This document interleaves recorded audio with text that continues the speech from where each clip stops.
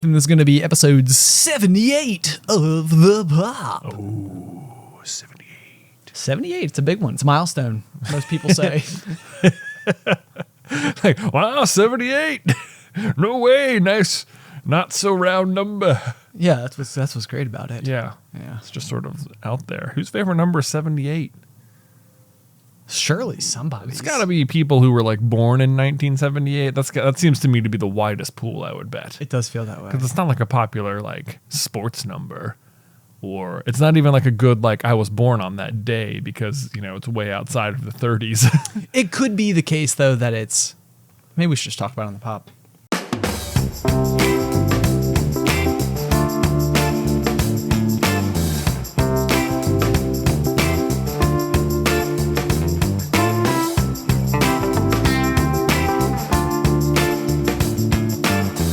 What's poppin', everybody? Hello and welcome to Popcorn Culture. My name is Ben Carlin and I am your host. Here with me today is my brother Jay, who will be in every episode. The co-hostiest with the mostiest. The mostiest what? The mostiest co-hostiest. It sounds like you have the mostiest number of qualifiers attached to the word host. Well, that's something.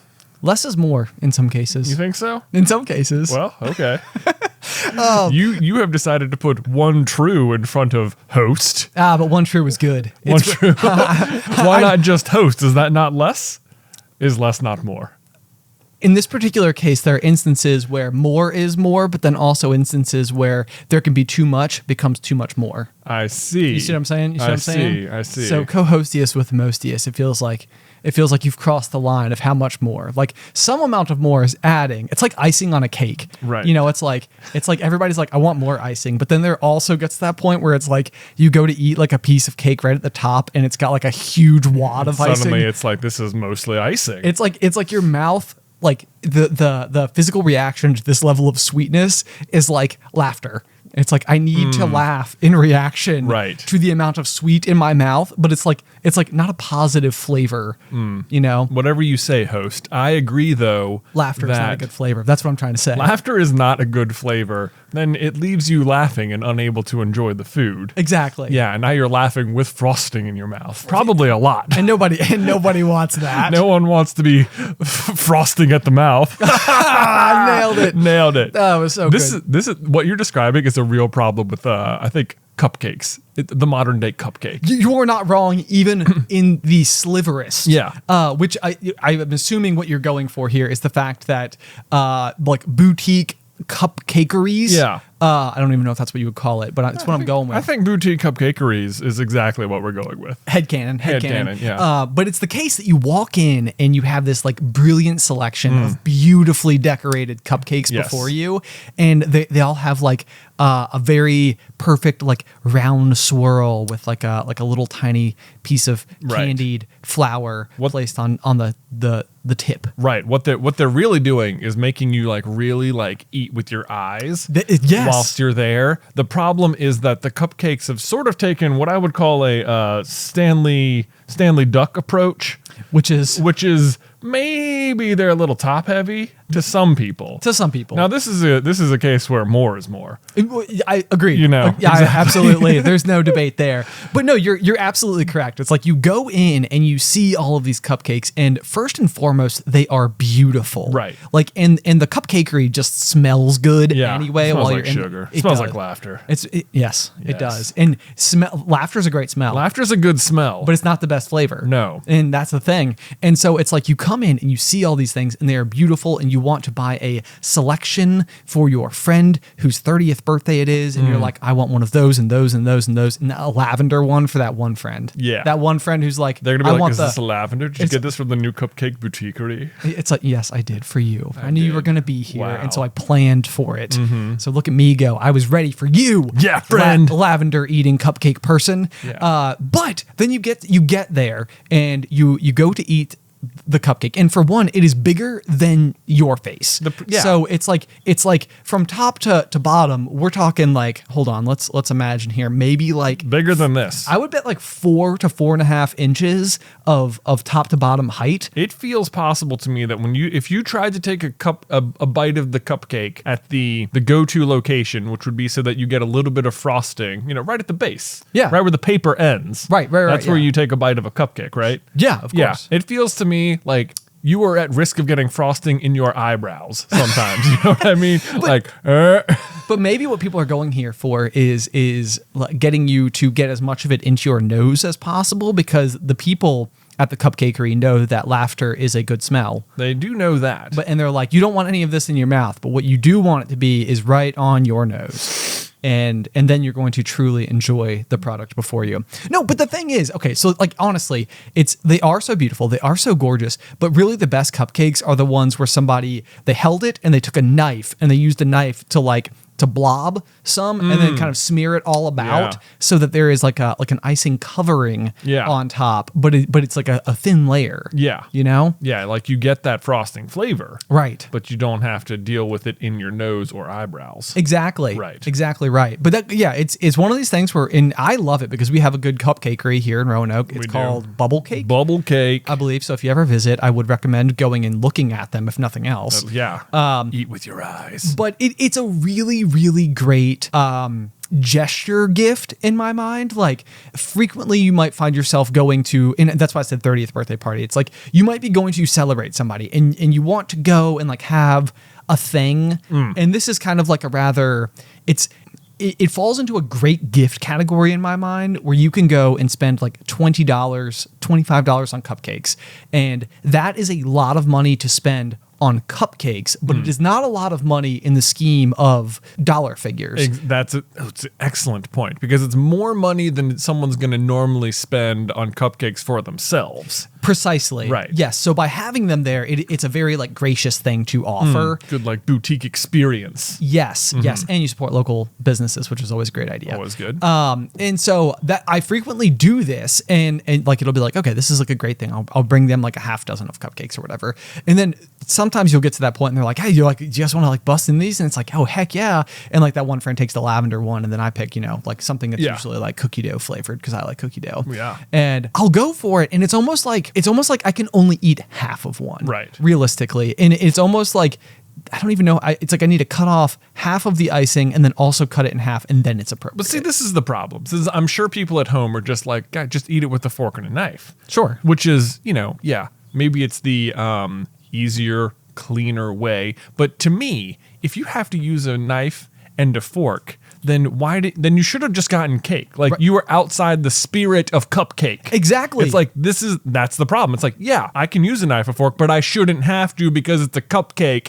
And if I needed this, it shouldn't have been a cupcake. Exactly. Right. Exactly. Yes, it is by design supposed to be like finger food. Yeah. Food that you can manage with your hands. Exactly. No additional utensils necessary. I will say, so my advice to people going out to their local cupcakery is get the baby cakes, because you never want to be like, my problem is that like I'm walking in and I'm like, I'm not going to get the baby cakes. I'm like, look at me, I'm huge.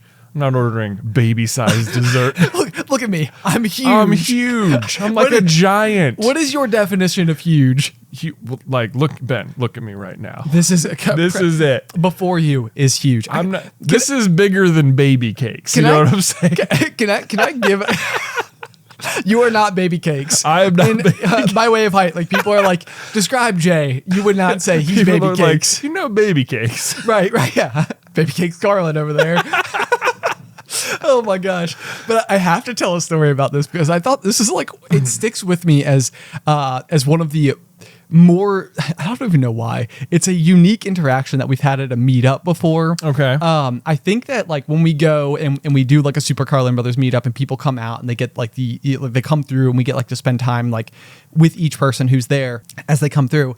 All of the experiences are so overwhelmingly positive. It's like these are people who like definitely decided to take the time and energy to like come and see us. And so, it's very infrequent that you haven't like anybody there to say something remotely negative, which is great, because from my perspective, it means that I get to like fill my cup to like overflowing status in terms of just positive interactions inside of one day. Right. But we had one instance before where there was a gentleman who I believe came to the meetup with maybe his girlfriend.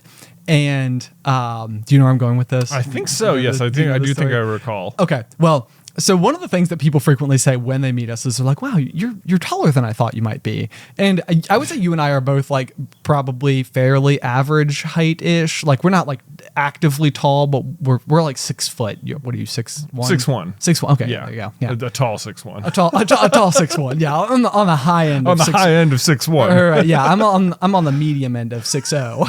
Yeah. But so this guy comes through and his girlfriend makes this comment. She's like, "You're taller than I thought you'd be." And she's like, "How tall are you guys?"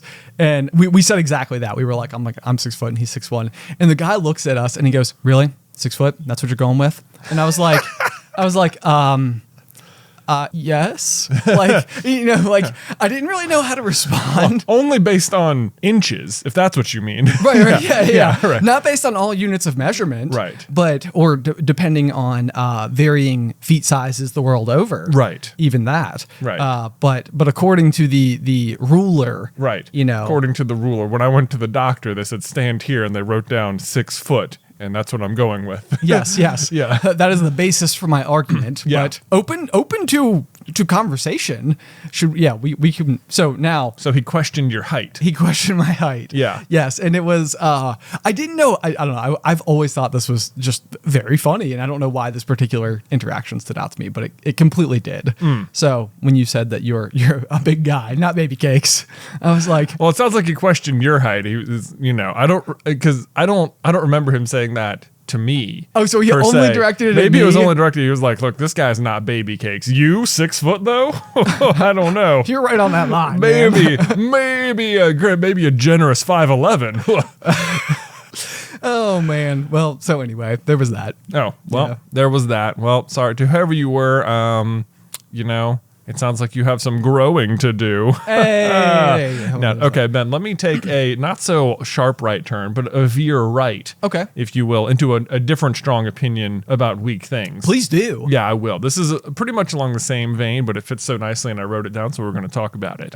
Okay. So this past weekend, I saw one of the most annoying things. Oh, no. Right? What was it? I am driving down the road, and I see next to me someone driving in their car. It is a convertible. Okay. They've got the top down. They've got the windows up. You are kidding me I am right not kidding now. you, Ben. And it was just like, it just made me so upset. Even I was like, what is the point of, like, this person is doing it so wrong. It looks so ridiculous when you're in a convertible with the top down and the windows up.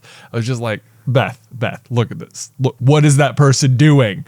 What are they doing? Should we go over there and talk to them right now? I feel like I could feel the car like blushing in embarrassment. It honestly looked like the car was like, I'm so sorry. I'm sorry. I am not in control of my windows. The person driving is in control of the window. I felt bad for the car. Okay. Yeah. So I guess what I'm imagining here is that the very nature of convertibles is that like it's like you've taken the roof off of your car. You've taken the roof off of the car. By design. So that you can feel the wind flowing through your hair. Yeah. And what this person has done is maintained like side coverage of said wind. This is the argument is that like, well, probably having the windows up stops the wind from hitting your hair. And it's like, yes, it probably does. Do you know what else does that? The roof of your car. Yeah. Right. Yeah. I can sort of like kind of get on board with where you're coming from here because it's it does seem like you've made the choice, because that's the other thing too, is that convertibles are exactly that. They're not topless vehicles. Oh, right. They are convertibles, meaning they are vehicles that have tops that you can convert to vehicles that do not have tops. If you have a problem with the wind in your hair, don't put the top down or don't own a convertible. Exactly. Like there were other choices that could have been made that could have solved this particular dilemma. It was just outside the spirit of the car entirely. And I cannot stand for it, Ben. Well, I can sort of get that, and I can sort of even continue your strong opinions about weak things, which is that I'm not actually much a fan of convertibles anyway. Okay. Like this is sort of like an odd thing where I'm not sure if maybe they were particularly in as we were like growing up in the 90s. Like there was more of the advent of the like the rag top vehicles, which made, you know, having the convertible that much more accomplishable versus actually having to like remove like a hard roof and like leave it in your garage or elsewhere, middle of your yard at that street sign or something.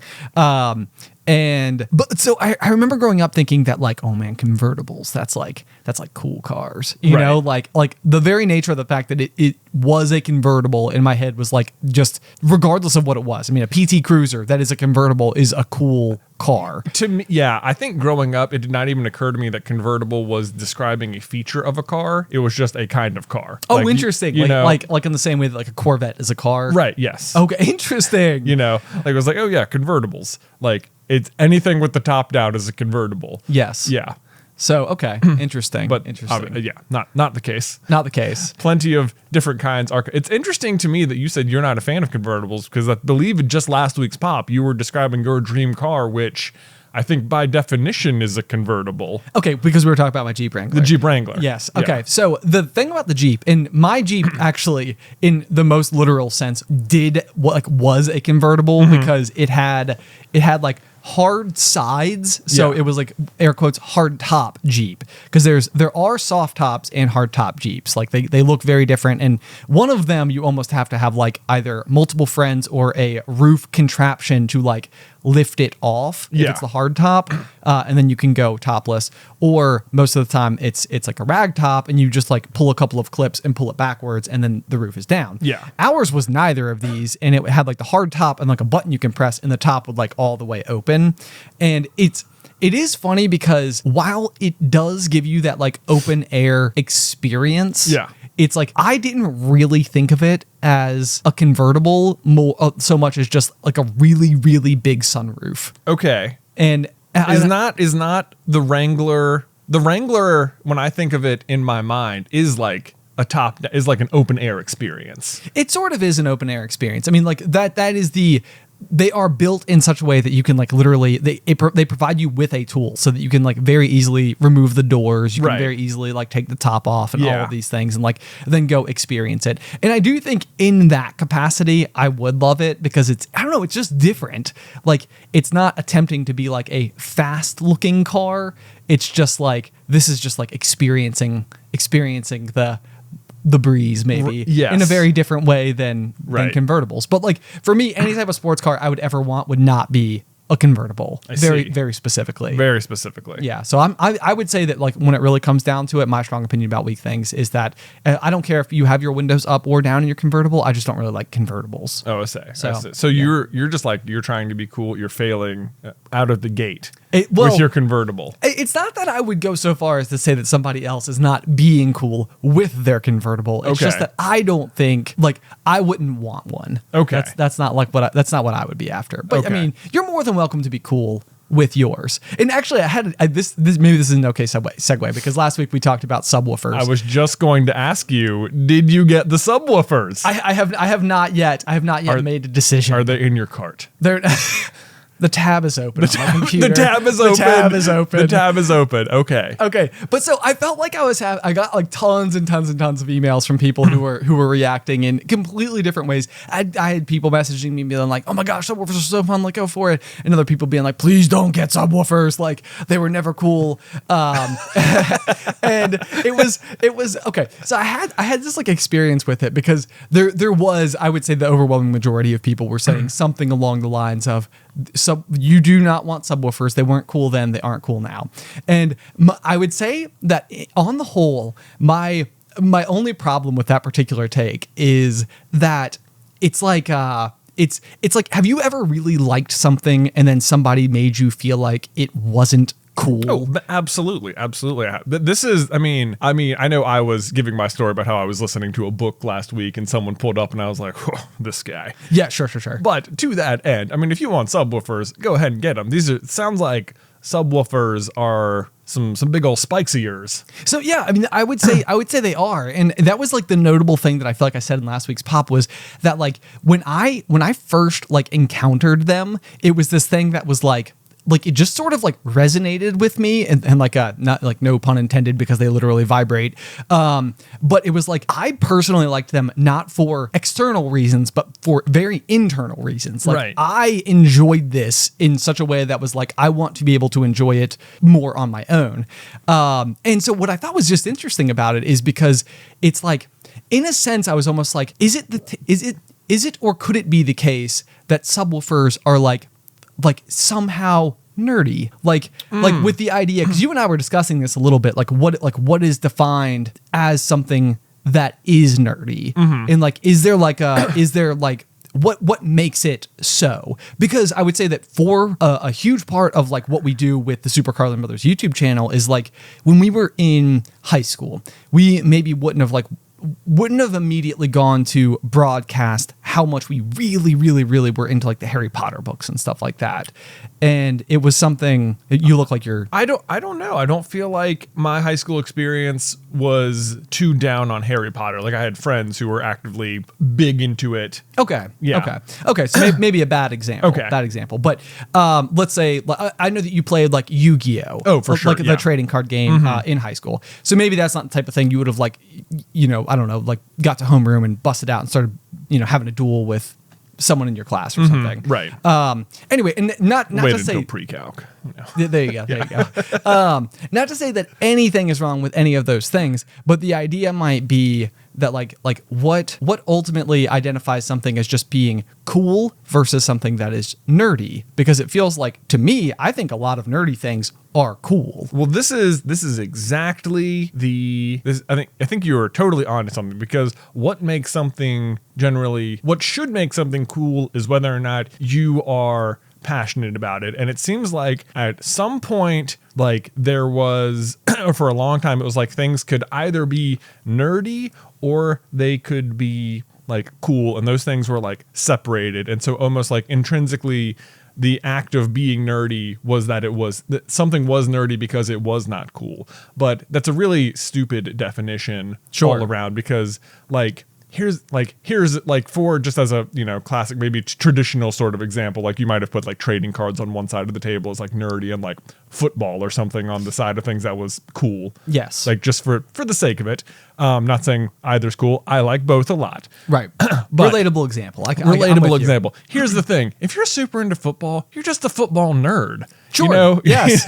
Yes. Like if you're, or to that end, if you think, your trading card game is cool, then it is cool. It's like there's not camps for nerdy or cool. If you think something's cool, chances are you are a nerd about it. Yes. Yeah. So it's almost like it's almost like the case that can be like a term that you could almost then assert as to like maybe a good way to demonstrate what your level of interest in something might be. So like it could be the case, like exactly like you said, it's like I'm really into football, I'm a football nerd. I'm really into barbecue, I'm a barbecue nerd. I'm really into aquariums, I'm an aquarium nerd. Exactly. And it's almost like that's like your signifier. It's like, oh no, like let me tell you, like I am into it to this extent to which I am now of the self assigned title that like I have reached nerd status, right, in how much I enjoy something. So are you a wolf nerd then? Well, this is sort of like the odd thing about it, because anything that like we've talked about it before, it's like a bingo square for popcorn culture. Like Jay gets too technical about Pokemon, but like the things that you might be saying about Pokemon to anybody who is also into it might not seem like you're being too technical, but you are purely speaking the jargon, right? And so I think that it could easily be the case that I could start talking about like home or car audio in a way that I don't feel like, in the scheme of things, I really know that much about it, like to where I could go and actually talk to like an expert, or even the guy at the store, right, would absolutely know more than me, versus like maybe my aquarium knowledge. If I went and talked to the guy at the store, I would feel more confident that the Ron Swanson from Parks and Rec at Lowe's, like, I know more than you. Right, yeah. Like, like that type of, like, I know how far into that particular area I am and how much knowledge I have in that area.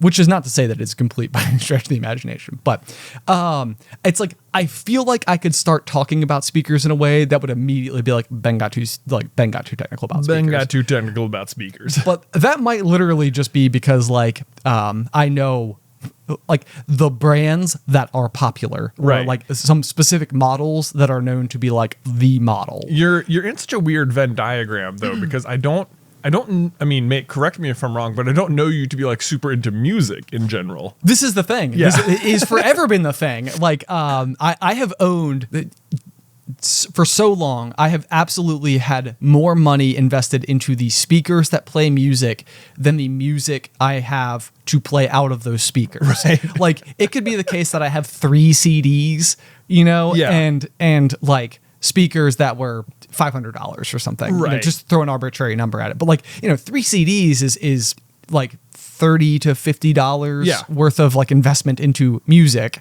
versus significantly more in being able to like make it sound cool. Right. You know what though? Even that doesn't sound like, as we're describing it doesn't sound like that different from like other hobbies. It sounds a lot like every kid growing up ever who collected like Pokemon cards and didn't play the game. Oh, sure. It's like, oh yeah. I love I have tons of them. It's like, can you play? I was like, well, like, I mean, I've got to I mean, that's really not why it's like, but it's a game. It's like, yes. And the point is to play. Right. But I just don't, I have them. I collect. I have them. Yes.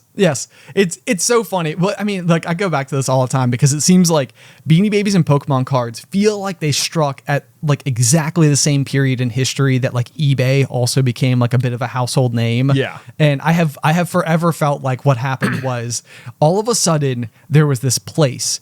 And it wasn't that it wasn't the case that collectibles had already been a thing prior to the existence of eBay, but eBay gave a marketplace for those things. Exactly. And then all of a sudden there could be people who had sort of throughout their childhood purchased things that are now valuable and they could now go and sell. And I feel like because all of that came like right in the same centerfold, you had trading cards coming out where it's like, ooh, I have some rare ones. Like by having these rare cards at some point in time, they could be worth much money. Right. And people also thought the same thing with Beanie Babies. It's like, we gotta get like that Princess Diana bear because like that's like, you know, like the fun of collecting Beanie Babies was that like one day it'll have been worth it. Yes. Yes. That's why like for some reason every time you see someone with Beanie Babies, the tag is still on it. Yes. Like there's no reason for the tag to be on it. And people were like, they would be like, oh, I got to keep the tag safe. That's the thing that makes it valuable is the tag is safe. And it's like, let me tell you something. That's probably true. If you really are very interested in selling it, you probably need the tag to remain in mint condition. Sure. But also, what you need to do is probably just keep that in a glass box somewhere and not touch it. No, exactly. Like, all together. Like yes. throwing your little plastic clip-on tag protector and then proceeding to play with your Beanie Baby anyway.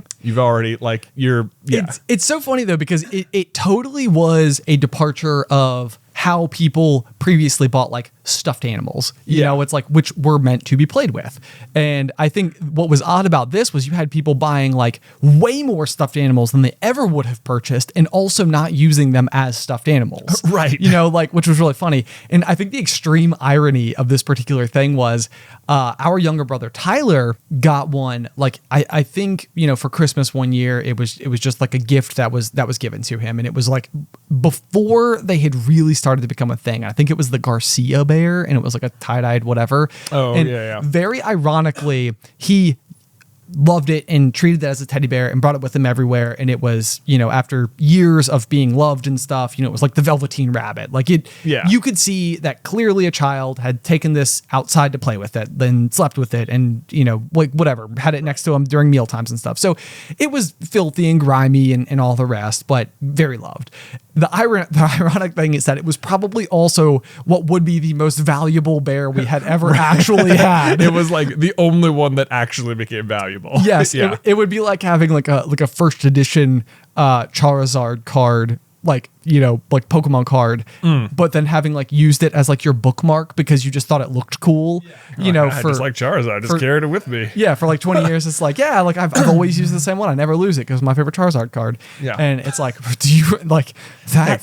What? Wow, that's a real bummer. I know. Yeah. Yeah. But so I always thought that was very funny. Like the drastic shift. But at the same rate, though, I feel like this has always been like one of the big thought processes that you've had about things. It might segue nicely into my next topic here, which is like the idea that you don't buy things for future perceived value. Like you don't buy necessarily a car because it has good resale. You buy a car because it's the car that like matches your wants and needs and fits your personality in whichever way you want or need it to. Right? Like is that somewhat the case? Yes, I would. I mean, I have. Yes. I'll give a better example because maybe cars are bad investment. Well, not bad investments, but they don't hold value well on the whole anyway. But like if you were renovating your home, I think lots of people make the argument of like, I used this color because it like increases resale or something of the home. Like it's more likely that future buyers of my home will like these countertops, this cabinet color, these stainless steel appliances, whatever the case may be.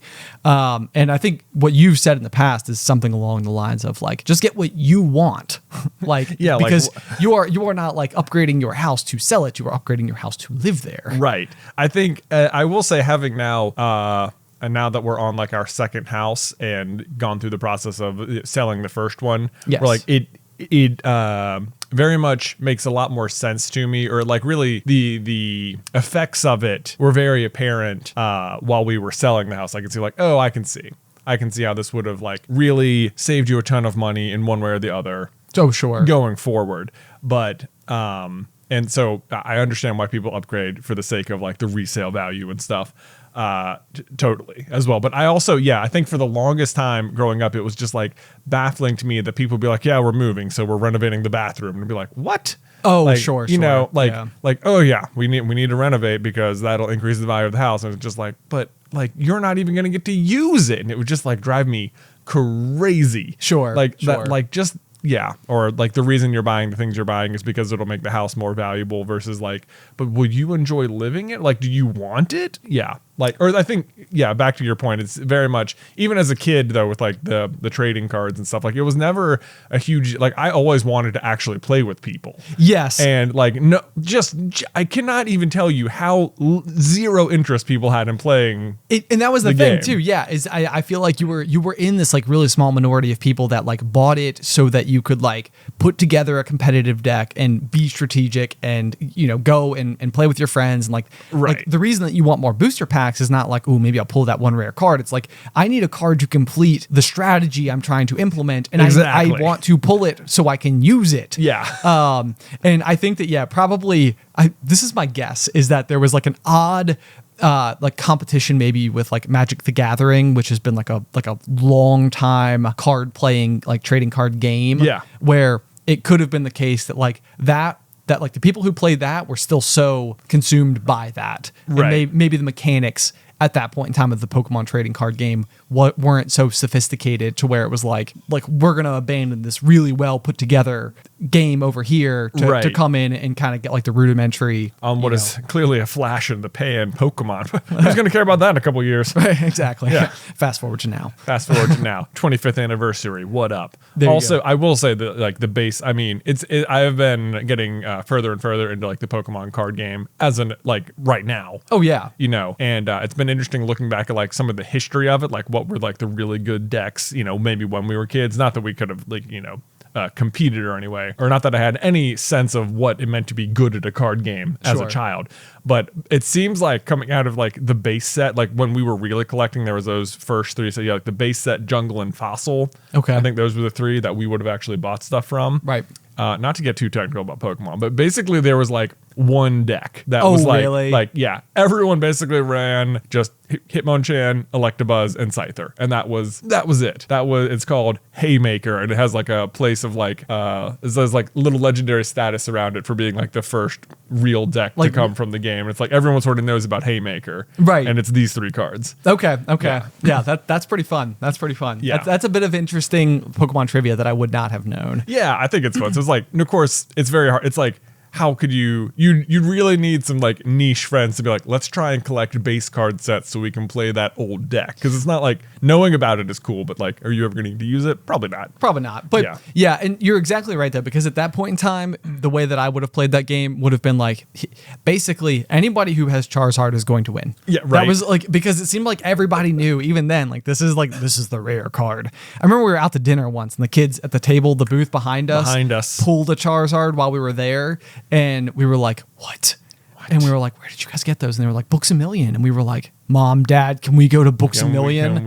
Like, they probably have another one. It's like, actually, if they pulled it from Books A Million, probably they don't have another one. Yeah, maybe that's statistically really how things were going to work out that's there. How it goes. But I remember sitting there and being like, I cannot wait for dinner to be over because we're going to get a Charizard tonight. It's happening. Yeah, it didn't. Not only did no one in our house ever pull a Charizard card, but no one in our house, I don't think, ever pulled a Blastoise or a Venusaur either. Ooh. Like, I don't think anyone in our house pulled one of the original starters. Interesting. Ever. Yeah, okay. Well, I can't remember, honestly, because I sold my entire collection at Happy's Flea Market, I believe, when I was like 10 years old. For $75, and then went and bought a Razor scooter. It was so exciting. It was. And when I got my Razor scooter, I don't know what this is about me, but like I love to customize things, and it has been true about me my whole life. Right. Like, but I got my Razor scooter, and it was all red. It had with like red grip tape and red handlebars. And I went through and I added a wheelie bar. I added like a full skid tape across the entire base, so it wasn't just like the like oval where it said Razor. It was the whole thing. You had full control with your feet. You could do all the kick flips and such, all of the tail whips and absolutely more like ankle breakers is what I like to call it. But yeah, I got green grips instead of the red. I got light up wheels. I mean, it was just like anything I could possibly do to it.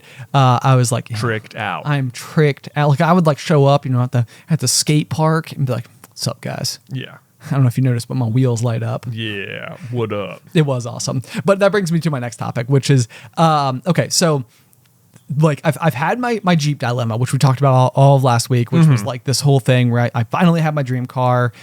My whole life I wanted to make all these upgrades, but it just like I couldn't justify it in my head. Like it financially seemed like poor decision making because I just wasn't going to use it in that capacity. Right. I have a similar dilemma this week. Oh boy. Okay. So I inherited last year our grandfather's like boat. I'm familiar with it. The boat. So the Maime, as it's called. The Maime, which is named such after our great grandmother, who was the original person to purchase the boat in 1975. So still running. Still running. 75? That feels too early. No, that's it. That's it? Okay. That's it. Yeah, absolutely. All right. I have all of the original paperwork from Grandpa. He sent it all to me. Nice. So it's the case, and this particular boat is, it's like in my mind, I see it as like a family heirloom type of thing. Like it's been there like our whole lives. We learned how to like water ski behind it. Our dad learned how to water ski behind it. Like it is, it's been a fixture. It's always been there. And now like I am like the one who is in current ownership of it. Yeah. And of this 46-year-old boat. Exactly. Yeah. But the thing about it is that it's not like a rare or collectible or like, there's nothing about it that would make it valuable. So really when it comes down to it, like a comparable example might be the fact that like your family has a 1975 Toyota Corolla, and it's like it was your parents' first car ever, and it just sort of has always lived with the family, always and forever. And now you had a very meticulous grandfather, and they have kept up with it, in a way that most people just sell the car. Exactly, but they're like, nah, I love this. I'm keeping the car. Right. Yeah. And it's been a thing for a very long time because this has been every summer. I always have the exact same like mental like shift, which is like, oh man, it's summer, which means we can go to the lake, which means we need a boat. And it was always like one of those things where it's like, well, like I never actually had ever purchased a boat. Right. And so now finally I have come into possession of one, but not by purchase, by handing them down. Well, I mean, you're in a weird position because even it's like, there's always that like one weekend or week of the summer where maybe you're going to need the boat. Right. Or maybe you need a boat, but like certainly that's such a limited amount of time that it's not. You can't justify fully owning it. Exactly, and that's like forever has been like the real challenge. It's like we don't have like a lake house or live so close to a lake that you could just go and like pop in and do it frequently. Or, right. So it would mean that every single time you did it, you'd have to like put it on the trailer and like bring the trailer and launch it and pull it out and like all the stuff. So for the longest time, hadn't done it. So now I have one, and it's been a lot of fun to like kind of get moving on it and kind of like get it running and like doing all the stuff and like and actually taking it out on the weekends, right. which I've been doing.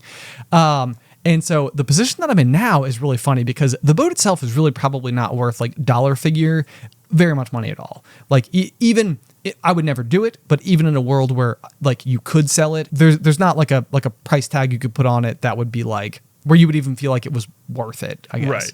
Right. But on the flip side, there are things that I could like add to it that might allow us to enjoy it more. But all of those things quite literally would be more expensive than the boat is worth. Right. And so now it's like an odd situation where it's like, it's the opposite of the Jeep, where it's like, I will use it for exactly what it's supposed to be used for. Right. Like, whereas I didn't want to take my Jeep off-roading because it was just the nicest vehicle I had ever owned. And it's like, I will put this in the water and I will go water skiing behind it, and I can make that better by putting this on here. But this part is like, it literally costs 3 times as much as the boat is worth. Yeah, like if you mean like a new propeller? Well, it's called a wake tower, but it basically like bolts onto the sides of the boat, and then you have like a high fixture point. So if you wakeboard behind the boat, you can like, you can get like air or something. Yeah. Yeah. You plan on getting a lot of air. Getting some big air. I don't know if I will get big air, but in my mind, Luke will get big air. That's okay. There's something there. Yeah, I have all the faith in the next gen. Here's what I would say about Luke getting air on a wakeboard behind a boat is that if we're at the stage where such a thing is happening and we are at the lake so frequently, I think at that point we've got a different boat. You know what I mean? Like, I think you don't need to worry about whether or not you need a wake tower for the sake of Luke. Sure. Because the boat you have is going to be fantastic for Luke to get interested in being pulled behind a boat. There you go. Via water skis via or water whatever. ski, right. And it's going to be great at that. It's going to be great for tubing. But if you're, I think it's a gateway boat. It's a gateway boat. Exactly. Excellent. To bring us to even greater Gnar than we could ever accomplish on our own. Yes, for sure. Yeah, the exciting stuff. So anyway, that's been like one of my big all weekend I was down there, and I have like a buffer and stuff, and I was like buffing out like all the like kind of faded looking patches and trying to like bring color back to it and stuff. And I'm like, here we go. Gonna make it look like it's a 1985. Right. Well, so it's like, are you concerned though with the fact that, I mean, if you're gonna use the boat though, even if it would cost you as much to just buy another boat, is that the main hurdle for you, that it would cost like just that it's so expensive to upgrade? Yeah, it's like, because if you're going to use it, then you'd still use it. Yeah, exactly. And I think like what the weird like line to walk on it is that like on the one hand it's this like family heirloom item, so it's not something that like I really want to like part with. Like I feel like even in the world where eventually, if ever we had like a better one, it's not like I would like sell this one to put towards that one. This is like, you would just always have it anyway. And so it's kind of like it's like, how much can you upgrade something that has just like reached this stage? You're reaching like the like ship of Theseus nostalgia heirloom paradox. Yes, yeah. Precisely. Like, so you've always wanted a boat, and now you have a boat, and you like upgrading things. But if you upgrade the boat too much, does it stop being the heirloom that it was? Yes. That's a very good way to say it. Yes. So for those of you who don't know, the ship of Theseus paradox is basically the idea that like a ship has existed for so long that they have gone through and replaced like all of the floorboards and the gunnels and the masts and the steering column and everything, and it's kind of like, at some point in time, did it stop being the original ship? And it's now just like what you did was literally build an entire new ship where the previous ship used to be. Right. If you replace one floorboard with a new floorboard, no problem. It's obviously the same boat. Right. It's obviously the same boat. You fix the hole. Right, exactly. You just fix the hole. But if you replace all the floorboards, is it still the same boat? Right. It's a new floor, it's the same boat. And then if that continues to the whole boat, is it a new boat or is it the same boat? Yeah. What if you make a new boat out of the old boat parts? Is that the original boat? It feels like close. It feels like close. It feels like if you made a new boat out of the old boat parts, that's closer to definitely being the same boat than replacing all of the parts of the original boat with new parts. Does that make sense? I don't know. I don't know either. Okay. I don't know either. The point is, if you upgrade Grandpa's boat, does it stop being Grandpa's boat at some point? Or does it just start being a new boat? Does it start being a new boat? Or is what's happening, because, if you want to look at it in the sense of that's like a family heirloom, it's like, do you want to see you can see like what happened during like Ben's ownership of it? If someday after shredding the gnar his whole life, Luke's like, what happens when Luke owns the boat? Exactly. Yeah. Exactly. It's like you can like see like where Grandpa Jack left off, where Ben picked up, and now it's my turn. Right. I'm gonna put racing stripes on it. Yeah. What scenario is it? How old is the boat at this point? Then it's almost like an 80-year-old boat or something now, right? I mean, still running. That's right. That's my hope. That's your hope. Yeah, you're gonna have to make sure you take some meticulous care of this here, the Glastron. I know. I'm gonna have to work on that. Yeah, But I did get to use it this past weekend. That's good. I pulled people on a tube. There you go. It did fantastically. It fired right up on the second turn. That's not the boat I remember. So you gotta stop, fiddle with it, put it back in the rack. I will say it's interesting finding out that if you were just gonna it always seemed like when we were going up to camp as kids that you were so excited you woke up, it's like it's time to go out on the boat, except Grandpa's got to fix the boat real quick. It needs new spark plugs. And he needs new spark plugs, or he needs some lug nut from Russia or something. It always seemed like something was wrong. It's like, I got to replace the tube. I got to replace something. It's lug nut from Russia. Who's to say, Ben? Who's to say? It always felt like something. I'm surprised the boat's not held together with string. I mean, but it's curious to me that it just fired right up, because it never felt like it did. It never felt like it did. And it always seemed like, man, I don't understand why you don't just, if it's always failing, why aren't you just replacing the whole giant piece? Like at some point you just got to get a new engine, but it sounds like that would be stupid because you should just get a new boat at that point. Yeah. And that's really the reason. So maybe you just had to keep like band-aiding it together. But it also occurs to me that maybe, I think maybe a large part of it for Grandpa may have been just tinkering with it was just fun. I think that probably on some level, yeah, you may reach your point with your boat that it's like it's more fun to tinker with it than it is to actually use it. Like I think that that's possible. It may be the case that he's like, well, I can't water ski anymore, so now I'm gonna tinker. Yeah, I'm gonna make sure that the squeeze ball is not dry rotted. Right.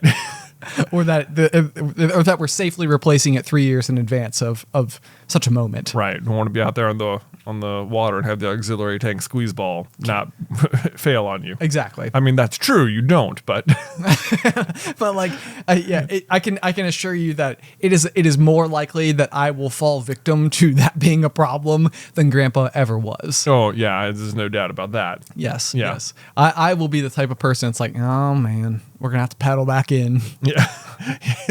that would have been exactly it. Grandpa never had to paddle back in. That's true. what it comes down to. Yeah. Yeah. No doubt. Okay. All right. Well, I'm curious to know what upgrades you do or don't make to the boat. Will it have subwoofers? I'm not going to lie to you. It is an option. Man, I mean, I imagine if you install subwoofers in certain ways on boats, that if they're loud enough, you can literally see the ripples in the water. Ooh. Right? Ooh, probably. That had never occurred to me before. No, the reason I say that it's possible is because the particular tower that I'm looking at, on top of just being a customizable, on top of it already being something that you could do to customize your own boat, you could then customize the towers as well. And so you can have like a sunshade up there, and then you can add speakers that just like bolt on. And I see. Yeah. And so it's like, as I'm going through, it's like, oh, do you want to add speakers to yours? And I'm like, sort of. Right. Is there any concern that is that like the equivalent of restoring like a 1920s Model T with like Bluetooth or something. Are you know what I mean? What a question. You know, like, is that like the integrity of the vehicle is being compromised? Like, is your aim to like modernize it or to like restore it, or just, I don't know. Is there something, do you lessen the integrity of like an antique car by putting like a... I think, I mean, I am in no way, shape, or form like a purist in this particular situation. Okay. Like, I don't have strong opinions about it. I would say that if you have like a 69 Mustang, then I would say that it is a greater foul than a boat that is worth like $900. So like, you know, I think in my particular case, I am less worried about maintaining the historical value of the thing itself, and more in favor of optimizing our ability to enjoy it, which I think, even if you were to ask Grandpa, would probably be his number one goal, is for people to have fun with it. All right, that sounds like sound reasoning. There you go. Totally down. I approve. Okay, good. All right. So moving on, because we seem to, at least last week's trend was we spent about the first half of the video talking about subwoofers, and then we spent the second half in really like almost neck deep philosophical conversation. we took some deep turns last week. We did. I ended up listening back to the episode with Alice on our drive up to the lake, and so it was kind of like, it was really funny to watch the evolution of the conversation. I was like, I know at some point we get to philosophy, but we've been talking about subwoofers for a hot second here. So I don't want to make it too heavy this week or anything, but we did have some really interesting feedback from some folks about some different philosophical ideas. Okay. So one of them is called the prisoner's dilemma, which I think fits rather nicely. You were talking about a grid last week that sort of spoke to like lose, win scenarios. Yeah. Where like by way of high consideration and high courage, you can effectively produce win-win situations so that people that you are interacting with are both getting maybe the most positive result. Right. It sounds like with the prisoner dilemmas is maybe not exactly the same, but it works on a similar grid. I am looking at the grid as well, and I can see, it doesn't necessarily look exactly this. Yeah, I mean, I can see the obvious comparison where like, well, I'll let you describe it. Okay, I'll do my best. Okay, so the idea here is that like you would have potentially two people who get maybe are arrested or on trial for like a similar crime, like you did a thing,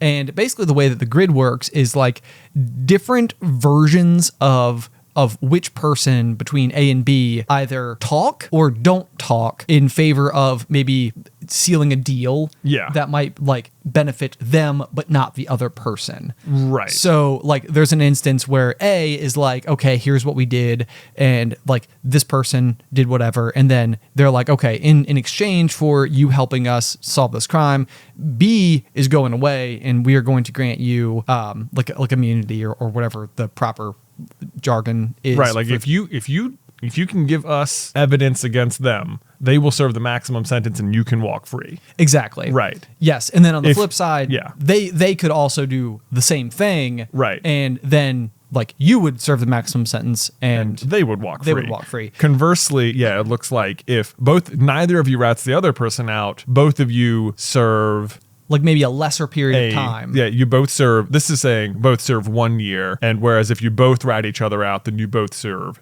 2 years. Right. Yes. Whereas, and then if you rat the other person out, then you would go free and they would spend 3. Right. Right. Yeah. So we'll put it on screen if you're watching the actual version of it, because I think that'll probably help connect a couple of those dots. But it's another interesting kind of idea where like in this situation where you have gotten in trouble with the law for some reason or another, it's kind of like, what is the course, like what is the most ethical course of action by way of like your solidarity even with the other person that you got in trouble with. Right. You know, it's like there's like the ability to like to hold strong with that person, and then you both kind of have a negative outcome, or one of you doesn't hold strong and you get a positive outcome and they have a negative outcome, or you both rat them out and you both have an even more negative outcome. This is I get this is a dilemma. So right, because of course you're all operating from a state of open dishonesty because you've been caught committing the crime. Sure. So you know the other person to be dishonest. I also outright. Yes, I also feel like there is a certain amount of there are two rooms and you have been separated from your comrade. Oh, of course. That's the problem. That's the dilemma. It's like, if I stay silent, like if you know the three outcomes, like, okay, you're in the scenario. You're like, if I stay silent and he stays silent, that's the win-win, at least in this scenario. Right. Like we both serve time, but maybe less on the whole. The least amount overall. Yes. For everyone. That's the best case scenario. However, if I stay silent and he talks to me and he talks, then I'm completely screwed and I get the maximum. Right. But if let me just try and dissuade it. But then if you talk and they say nothing, you get to get free. Right. So like if you can count on them to be silent, then you're great. That's the best case for you. Yes. That's the win-lose. But if the other person arrives at the same decision, then you both lose and you both have 2 years. Right. It's very interesting though, because I actually think that there's like a game show that revolves around this very idea. I'm sure there is. Where it's basically like I think that you can like either like steal the money or share the money, but depending on like what happens, it's exactly the same situation. So like, let's say there's a pot of $1,000 and you're both standing there like looking at each other, and you can either say like, I will steal them, or if you both say share the money, then you split the $1,000 and you both get both get 500. Right. If you say steal and the other person says steal, then both of you get nothing. Right. But then there's that flip side where it's like, do you try to convince them like, hey, we're on share, right? We're on share. You agree? We're on share. Right. And then it's if you say steal and they say share, then you get the whole thing. Exactly. Yeah. So you're like, okay. It's like you try to convince them share is the way we're going to go. Like we are on the same team. But then if you've convinced them of that, then they're in that situation of like, he's convincing me to say share. Right. So I'm going to steal. Because like if he sticks to his word, then I get all the money. Yeah. But then at the same rate, if you're the person convincing the person, then it's like it's very much like your strategy could both be influenced by the idea that like, hey, half a loaf, right? Like, like is better than nothing. Like, let's both take some, and we both get something here. Exactly. But again, going back to like last week's, it's like. This is that situation where I think you've stepped into the big time gray area of that win-win versus win-lose versus lose-lose situation. Yeah. Because the lose-lose is very evident. Like you both get nothing. Yeah. That is lose-lose. And then there's win-lose on both ends where one person steals, the other person doesn't. And so they get all of it. But in the instance where you split it. Yeah. You're both getting less than the full amount that is available. Right. Is that the win-win? Well, yes, that is the win-win. You would say that's the win-win. I would say that's because the point of that scenario is to how to work with other people. Yeah. Okay. Yeah. So that is the best outcome for everyone. And I like the way you said that, because I think what that means is that it's like you don't look at the maximum pot anymore as $1,000. You look at the maximum pot as $500. So you're not sacrificing $500 to get $500. It is just the case that the best case scenario for everyone involved only ever was $500. Right. Despite the fact that the big lit up board with the, fancy game show host or whatever says 1,000 on it. Yeah. Are you following why? Okay. Yeah. Like why there could be some disparity over that being like a full blown win. I do. And the problem is that of course it's easy to think that's a full win because you get more money. And in the context of a game show, I suppose truly winning, this is more like cutthroat. This is not like let's arrange business terms, Sure, you're absolutely correct. Like in the context of a game show, you probably just want the $1,000, but sure. But but if you're trying to make a business deal with another company and you're just trying to like get the maximum out of them, like that is ultimately going to eventually hurt because you want them to thrive too, because them thriving should mean you thriving. And absolutely. That's what you're going for. And if what you did was you like gutted them for a bunch of money on your end and what they got out of it was not much, then chances are maybe you have like a short-term win, but in the end you can't rely on them again. Sure. And that's going to net you less in the long run. Absolutely. Kind of situation. Yes.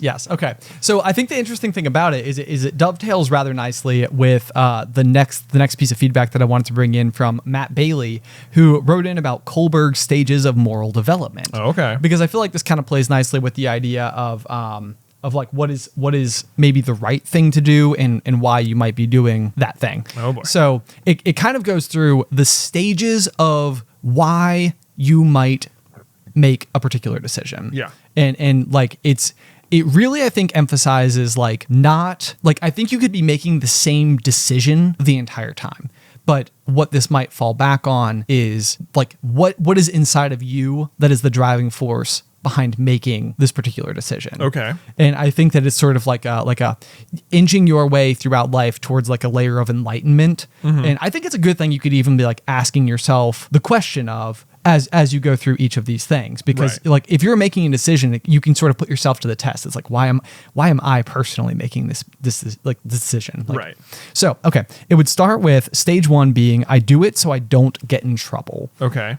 This might be the case if you are like, the only reason that you drive the speed limit is so that you do not get speeding tickets. Like, right. You know, it's like, it's not that you are worried about the potential for, somebody maybe is potentially at a crosswalk, right? Or there could be a cyclist on the road with me, or even just being on the interstate that by going way too fast, you could cause somebody else to, right? You know, like be in harm's way. Right. I would drive faster if I was allowed to, but it's 65, and if I go 70, I'll get a ticket. Right. Otherwise, there's nothing holding me back. I don't care about the safety of others. It is solely to avoid consequence. Yeah. Yes. And in this particular case, like we were talking about last week, it's like that consequentialism. It's like the best possible outcome is by way of doing this. I will not get in trouble. Right. And that's your very individualistic version of that scope, but from your perspective. This is such a great example. The speed limit is such a great example because I can almost guarantee you the reason it is so I do it so I don't get in trouble is the reasoning behind every young male who's ever gotten a driver's license. like that has been 1,000% my experience, and I would say that a lot of times they're not doing it at all. Sure. Yeah, I can see that. Stage 2, as you continue to develop your moral stages here, would be I do it so I get something out of it. And this would be like. This is like if the insurance company is saying, if you have a track record of not speeding for a year, we'll lower your rate. Exactly. Yeah. So you personally gain some layer of benefit by way of doing it. So you are continuing to mostly look out for you, but there is like a positive kickback along that path, right? Like something that you get by way of it's not only not getting in trouble, but now you get financial reward, right? By way of. But it's still not. You're not doing it to be safer. You're still just doing it. Like the end result is that you are safer, but your reasoning behind it is still just to lower your bill. Exactly. Yeah. Exactly. So as we continue on, stage 3 says, I do it so that you like me. Now the girl sitting next to you really doesn't like speeding. Oh yes, yeah, yes. Okay, so yeah, let's say that like we're me high school Ben, and it's like I have gotten to the point where it's like I'm not speeding because I don't want to get in trouble. I'm not speeding because it means that my insurance goes down and I have more money to go on dates. Yeah, which I am now on. Right, and now the person in the passenger seat is vehemently against speeding. Right. Their ex-boyfriend just came flying by at 90 miles an hour, and they were like, huh. Right. Yeah. Like where maybe in my brain there'd be some version of like whoa, but then in theirs like you are clarified, and it's like that is not a cool thing to do. Right. Which is also if I follow the speed limit, you'll like me more. Right. Exactly. Yes. So you're making decisions on that basis. Okay. So let's continue forward. So stage 4 says I do it because it is the law and I respect the law. Oh, all right. Moving up. Now we're getting a little closer to just like I don't know where. What am I going for here? It feels like that is closer to respecting society. Yes.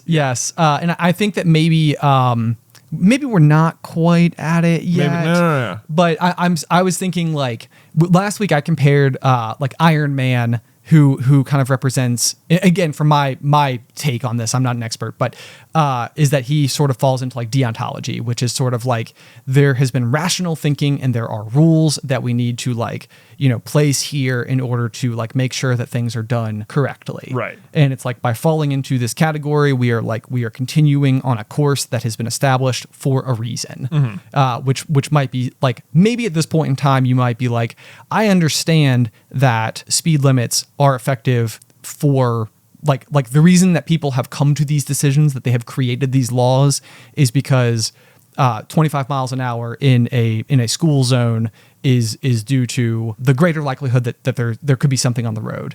And so by being aware of that, by them having the speed limit, it is like we ensure that there is safety, I guess, with that. Okay. Yeah. Does that make sense? Yeah. Hopefully we're still getting the analogy to work. I think so. We're getting there. Okay. So moving on up again. Stage 5, I do it because of a social contract we have with each other. Okay. I'm thinking about speeding here. I know. I'm trying to think, how do I apply this to speeding? Yeah. Let's think. This is like, I guess with the, now you're dealing with the other motorists on the road. It's like, we all agree to go the speed limit because you're going the speed limit. Yeah. Yeah. Yep. Okay. I like that. And yeah, it's like an agreed upon thing. It's right. like I'll do it and you'll do it, and because we're both agreeing to do it, yeah. it makes these roadways safe. Right. Because if everyone's going the same speed, we're all good. Right. Because all of it, I mean, if there's like one person, you drive on the right side of the road, and there's one person who's like, left side of the road now. It's like, that's breaking that contract. Like I am relying on you to also abide by the agreed upon rules. Right. This is why when you're driving in a neighborhood and there's no lines on the road, why you don't freak out when someone's coming at you the other way. Yeah, that's a very good way to put it. Right. Yeah, because there aren't lines defining where to go, but we know. We know. Like there is a social contract that says I will stay on the right and you will stay on the right, because otherwise sometimes it baffles me. Like how close you are to the cars going the literal exact opposite direction. Yes. And it's like you don't think twice about it. Right. It's like, oh yeah, what's there separating us here? Paint and 2 feet. Yes. Yeah. I mean, this was the number one thing I struggled with when I was learning to drive. I would slow down every single time a car passed me on the road, because it was like, I think my awareness of where I was, with the lines, it was like, I'm gonna try to make sure I'm as far over as possible. Yeah. And I don't feel comfortable doing that at speed, so I'm gonna slow down. So I have a feeling that was probably frustrating for people, along the way. But I can't even imagine you're just out in the desert. Right. It's just barren land on all sides, and you're 200 yards away from someone, and you say, all right, we're both going to try, and we're aiming the cars at each other, right? Cool. We're both going to get up to 50 miles an hour, and we're going to pass each other as just at like 2 feet apart. Yeah, you'd be like 3-4 feet at max. At max. They would be terrifying. Yes. But as soon as the road is there with the line, it's like, whatever, Craig, no problem. We got this. We got this. We've practiced. You're not, I'll stay here, you stay there. No, you're not going to hit each other. No, it happens all the time. We're licensed. It's licensed. Good. Yeah. It's fine. So anyway, we put that together nicely. We did. Way to go, us. Look at us. Yeah, there you go. Speed limits. we're understanding. Stage 6 is the top of the developmental progress of your morals, and it says, I do it because it is the right thing to do. And I think that it almost doesn't even need explanation, because I think that it's very easy to understand what that means. It's like you're not speeding because it's the right thing to do. You're taking into consideration even all of these other things, and also just like this is right. Right. And it's not because the sign says go 65 miles an hour. It's because to go any faster would be immoral based on the speed everyone else is traveling. Yes. And how reckless it would be. Right. And I think, again, this is where I come back to the idea that I think this pairs very nicely with that virtuism that Captain America or Steve Rogers embodies, which is that basically he is going to go and save people because it is the right thing to do. Right. And it actually is kind of interesting, because it's almost like everything else we've done so far is constructing guidelines and rules and ideas that you might fall in between. And this is almost it's a tick more abstract in a sense, because it's like, I guess with Cap, there is the idea that you could be breaking the law by saving somebody, but in like that idea of virtuism is that like you're still doing. So now in the scenario, the girl from earlier, she loved you, man. You went the speed limit. Well, great news. Years later now, and baby on the way. Right. Baby on the way. Hospital's like an hour away. That baby's going to be here like, oh boy, it looks quick. Right. It looks quick. Now you're on the road. We're going like 100 miles an hour. You know what I mean? And you know what? I think Cap would be like, yeah, we're getting to the hospital. Run now. Right, yeah. It's like, Run now you have found yourself in like emergency situation mode where it's like, okay. In a lot of senses, like, so we describe it as like you and your person or whatever, but like an ambulance, I think very neatly falls into this set of like rules. Yeah. Like ambulances like can go faster because and then of course there's also social contract involved with that. There are also laws involved with that, but like, I would say in most instances people can rely on the fact that you are going to pull over for an ambulance like, to let it through. And that is both law and social contract. So anyway, I thought that was really interesting because it does sort of, I think, stair step you through this process of how and why you might be making decisions, because we just compared everything to like a very simple example of speeding. But this could be extending much further beyond to basically thinking in terms of doing things specifically because it's the right thing to do, and knowing that like there could be cases where like I'm trying to think of like there could be like possible negative detriment even to yourself in some small capacity, but it's like the correct thing to do is let me give an example. Okay, so let's say you are out at like an outdoor gathering of friends, family, others all around. You step out of your car and you find a $100 bill on the ground. Nice. And you're like, wow. Lucky day. And then all of a sudden, it's cash dollars. Right. Like this is not like money that is like specifically, notably assigned to anybody. Right. But so you found your $100, you're like, whoa, like how cool, how exciting.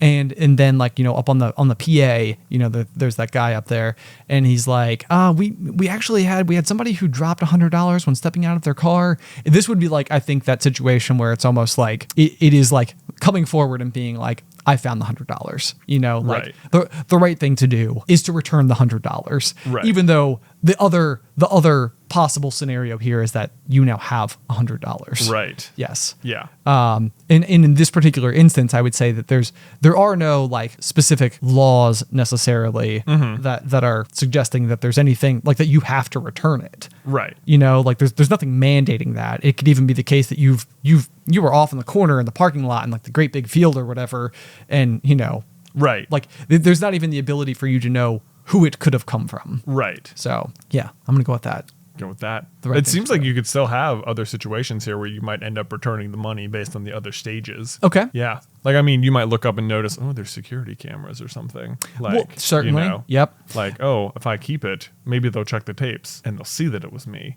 And after they make the announcement, then I'll get in trouble. Well, okay. And so I think that this is where you can be making the same decision, but why you are making it like into your core is really what makes all the difference in the world. Yeah. So it could be the case that like, yes, you are fearing being caught having been found as the person who found the $100.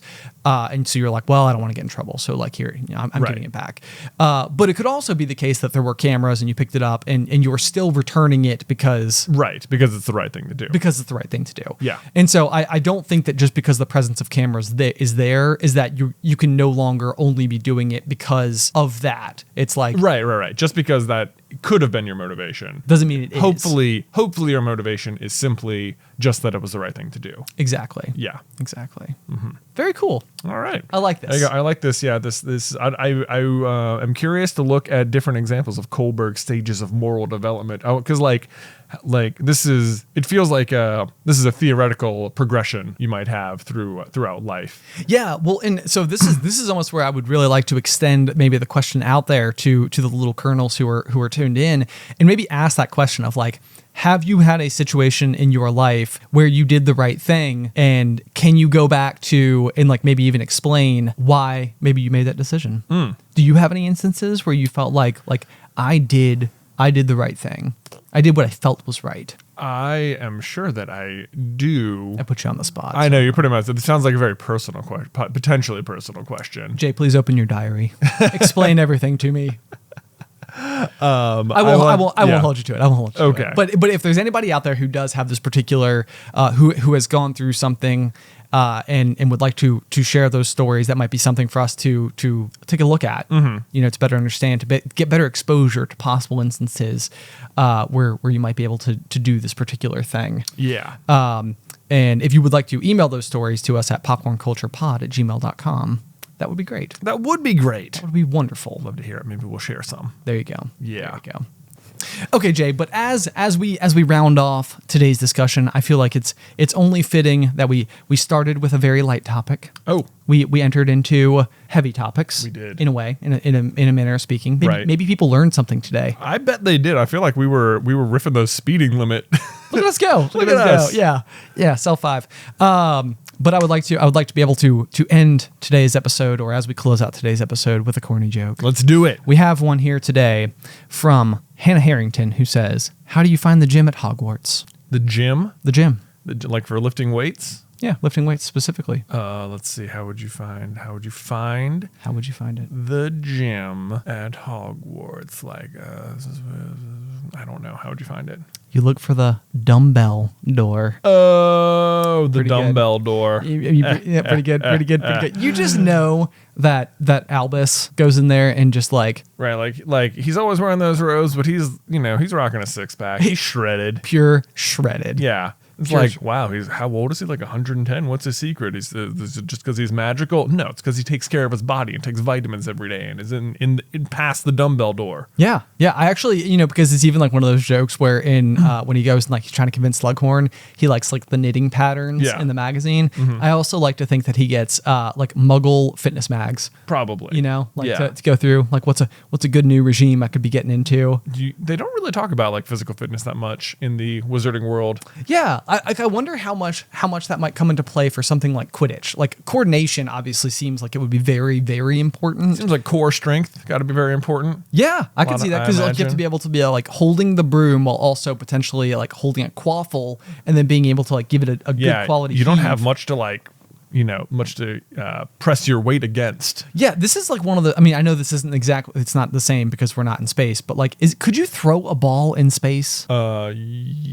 Yes. Because you would just also go backwards. Right. Yeah. Because I feel like you couldn't like punch somebody in space. You could punch them. You would just also go backwards. Right. But like, would they feel anything? Because if you were to put force in, the force would then just be returned backwards. So like it yields nothing. Is that how space works? No, I don't think so. I think they would feel it for sure. They would feel it. They could feel it. It probably isn't going to be the same as like punching someone in full gravity. Okay. And I think some of the force will go into them, but some will also come back and you'll go backwards. Okay. Yeah. Interesting. Oh, I see what you're saying. Yeah. Yeah. So like a smaller portion might go into them, but the major portion might go into you and into going backwards. Yeah. Okay. I like it. Right. Because it'd be the same as like, I mean, you could punch a wall, right? You just go backwards. The wall's not going anywhere. Yeah. I don't understand space sometimes. Yeah. Anyway, guys, thank you so much, as always, for tuning in to The Pop. We super appreciate it. If you have any feedback on today's episode, you can send it to us at popcornculturepod@gmail.com. Otherwise, we're also over on Reddit and Twitter and also Patreon. Yeah. Where we have some exciting new tiers going on. If you want to go and check that out, it's patreon.com/popcornculture. Otherwise, until next week, pop.